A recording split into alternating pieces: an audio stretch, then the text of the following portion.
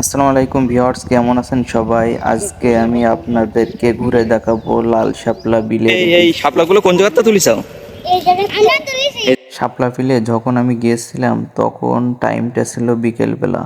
তারা আমাকে বলছিল যদি আপনারা সকালবেলা আসতেন তাহলে আপনারা এখান থেকে শাপলা ফুল দেখতে পারতেন। বিকেলবেলা না আসার কারণে আমি কোনো ফোঁটা শাপলা ফুল দেখতে পাইনি।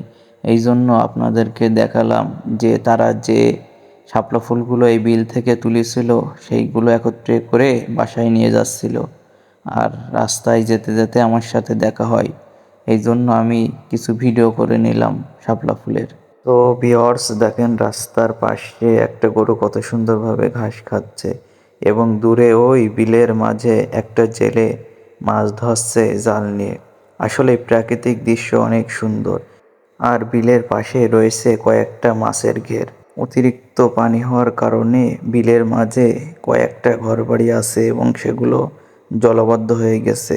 জলবদ্ধ হয়ে যাওয়ার কারণে তারা যাতায়াত করার জন্য ড্রাম দিয়ে ভেলা বানিয়ে যাতায়াত করছে। বিলে অতিরিক্ত পানি হয়ে যাওয়ার কারণেই অনেকেই দেখলাম মাছ ধরছে। কেউ জীবন জীবিকা নির্বাহ করার জন্য, আবার কেউ দেখলাম শখের বশে মাছ ধরছে। সো ভিউয়ার্স, আপনারা দেখতে পাচ্ছেন বিলের মধ্যে কত সুন্দর একটা প্রাইমারি স্কুল এবং এই স্কুলের পাশের মাঠগুলোই হলো লাল শাপলা বিলের মাঠ। এই মাঠ জুড়ে রয়েছে লাল শাপলা, অসংখ্য লাল শাপলা রয়েছে এখানে এই মাঠে। আপনারা যে ফুলগুলো দেখতে পাচ্ছেন এই সবই হলো লাল শাপলা ফুল।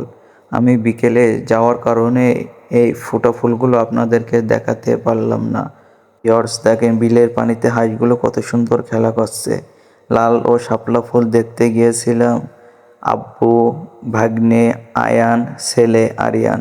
আমরা তিনজন মিলে গিয়েছিলাম লাল শাপলা ফুল দেখতে। বিকেলে যাওয়ার কারণে আমরা একটা ফুলও ফোটা দেখতে পারলাম না, কারণ এই ফুলগুলো সাধারণত সকালবেলা দেখা যায় ফোটা অবস্থায়। তাই আপনাদেরকে ফোটা ফুল দেখাতে পারলাম না। আর যে শাপলা ফুলগুলো ফুটে থাকে অনেকেই ঘুরতে এসে ছবি তুলে সেই ফুলগুলো সাথে করে নিয়ে চলে যায় বাসায়। কারণে অনেকেই আমরা যারা বিকেলবেলা ঘুরতে যাই অনেকেই আমরা এই ফুলগুলো দেখতে পারি না। কিন্তু বিলের পানিতে দেখেন হাঁসগুলো কত সুন্দরভাবে খেলা করছে। হাঁসগুলো যেখানে খেলা করছে সেখানটা, এই মাঠটাই পুরাই শাপলা ফুল দিয়ে ভরা ছিল। কিন্তু সবই শাপলা ফুলগুলো মানুষেরা ছবি তুলতে এসে তুলে নিয়ে গেছে।